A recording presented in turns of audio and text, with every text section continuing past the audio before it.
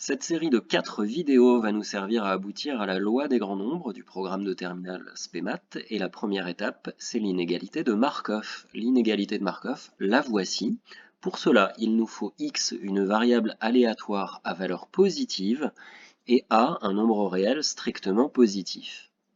L'inégalité de Markov assure alors que la probabilité que cette variable aléatoire x prenne des valeurs supérieures ou égales à a est majorée par l'espérance de x divisé par a. Puisque l'énoncé de cette inégalité de Markov peut paraître un peu obscur, en voici tout de suite un exemple d'utilisation. Une usine produit en moyenne 35 pièces par semaine, et on note x, la variable aléatoire qui donne le nombre de pièces produites par semaine. On te demande ici de majorer la probabilité que x, donc le nombre de pièces produites en une semaine, dépasse 70 unités. Comme cette probabilité en gras là dans l'énoncé ressemble quand même pas mal à ce qui a été vu dans l'inégalité de Markov, utilisons l'inégalité de Markov. Pourquoi on a le droit? Premièrement, parce que x est à valeur positive. C'est pas écrit explicitement dans l'énoncé, mais comme x correspond au nombre de pièces produites, évidemment ça peut pas être négatif. Deuxièmement, le nombre a qui apparaît dans la probabilité demandée est bien strictement positive. On a vérifié les deux hypothèses qui permettent d'utiliser l'inégalité de Markov. Allons-y. L'inégalité de Markov dit que la probabilité que x est supérieur ou égal à a est majorée par l'espérance de x divisé par a. Remplaçons le petit a de l'énoncé, il vaut 70. Et qu'est-ce que c'est que cette espérance de x? Ça aussi, c'est écrit dans l'énoncé. On dit qu'il est produit en moyenne 35 pièces par semaine. C'est donc l'espérance du nombre de pièces qu'on espère produire en une semaine. Et cette fraction 35 divisée par 70, bien entendu, on la simplifie, on obtient 50%. L'interprétation de ce résultat, eh bien la probabilité que x, le nombre de pièces produites par semaine, dépasse 70 unités, cette probabilité, elle est inférieure à 0,5. Attention, la probabilité que ça dépasse 70, elle n'est pas égale à 50%, elle est inférieure à 50%. On vient de trouver une majoration, un majorant de cette probabilité. On verra dans les vidéos suivantes qu'en fait, c'est pas très précis comme majoration. Essayons maintenant de démontrer cette inégalité de Markov. C'est pas au programme, mais je trouve ça intéressant de le faire. Alors, soit x une variable aléatoire à valeur positive, et soit a un réel strictement positif. C'est ce qu'il nous faut pour démontrer l'inégalité que je t'ai remis en haut à droite. On va calculer l'espérance de x, tu connais la formule, il s'agit de multiplier à chaque fois les xi par les probabilités que la variable soit égale à xi. Je te remets le tableau, donc la loi de probabilité de la variable aléatoire grand X.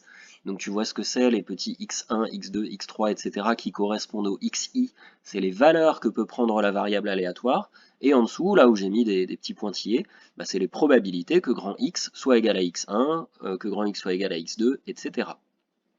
Alors en fait, dans cette démonstration, l'astuce consiste simplement à couper en deux cette somme de multiplication. D'une part, on va considérer tous les xi qui sont inférieurs à a, le réel strictement positif, et d'autre part, on va considérer les xi qui sont supérieurs ou égales à a. L'espérance mathématique s'écrit donc de cette façon-là. En fait, c'est la même chose que la première ligne, mais j'ai coupé la somme en deux. Première somme, tous les termes où les xi sont inférieurs à a, et deuxième somme, tous les termes où les xi sont supérieurs ou égales à a. Et puis maintenant, on va considérer le xi là, qui est dans la première somme. Xi, c'est une valeur positive, puisque c'est une valeur que prend la variable aléatoire grand X, et on a dit que c'était une variable aléatoire à valeur positive.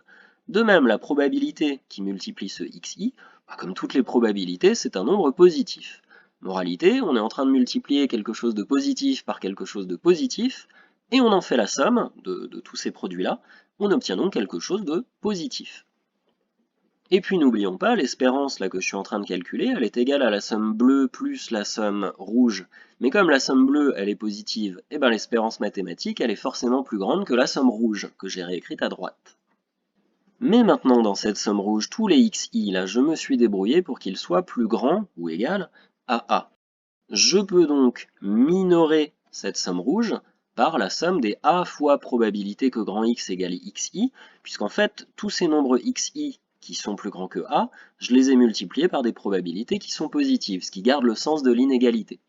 Alors ce qu'on vient de faire là, c'est pas forcément très simple, tu y réfléchiras si ça t'intéresse, mais en tout cas, on vient de démontrer que l'espérance de x est forcément plus grand ou égal à la somme des a fois P de x égale xi, mais uniquement pour les xi qui sont supérieurs ou égales à A. Et ce A dans la somme, il ne dépend donc plus de I et je peux le sortir de la somme. Là aussi, si tu n'es pas très à l'aise avec la notation sigma pour les sommes, tu te rends peut-être pas compte qu'on a juste mis le A en facteur dans tous les produits A fois probabilité. Et une fois qu'on a factorisé, eh bien cette somme des probabilités de x égale xi pour xi supérieur ou égal à A correspond en fait à la probabilité que x est supérieur ou égal à A. Par exemple, ici, si je reprends ce que j'avais entouré dans le tableau, la probabilité de x égale xi pour xi supérieur ou égal à A, c'est la probabilité que x égale x5 et la probabilité que x égale x6. Et quand je les somme, ces deux probabilités, ça me donne bien la probabilité que x soit supérieur ou égal à x5. J'obtiens donc cette inégalité-là, je la retourne parce que c'est sous cette forme que je veux obtenir l'inégalité qui est en haut à droite, et j'ai plus qu'à diviser par A. Regarde ce qui se passe si je divise par A. Ah, au fait, j'ai le droit de diviser par A, n'oublions pas, parce qu'il est strictement positif, donc tu sais qu'on n'a pas le droit de diviser par quelque chose qui est égal à 0. Et en plus, comme il est positif, je sais que quand je divise par A, ça ne change pas le sens de l'inégalité, et on obtient l'inégalité de Markov. La voici. Et dans la prochaine vidéo, on verra la fameuse inégalité de Bien-Aimé de Chebyshev.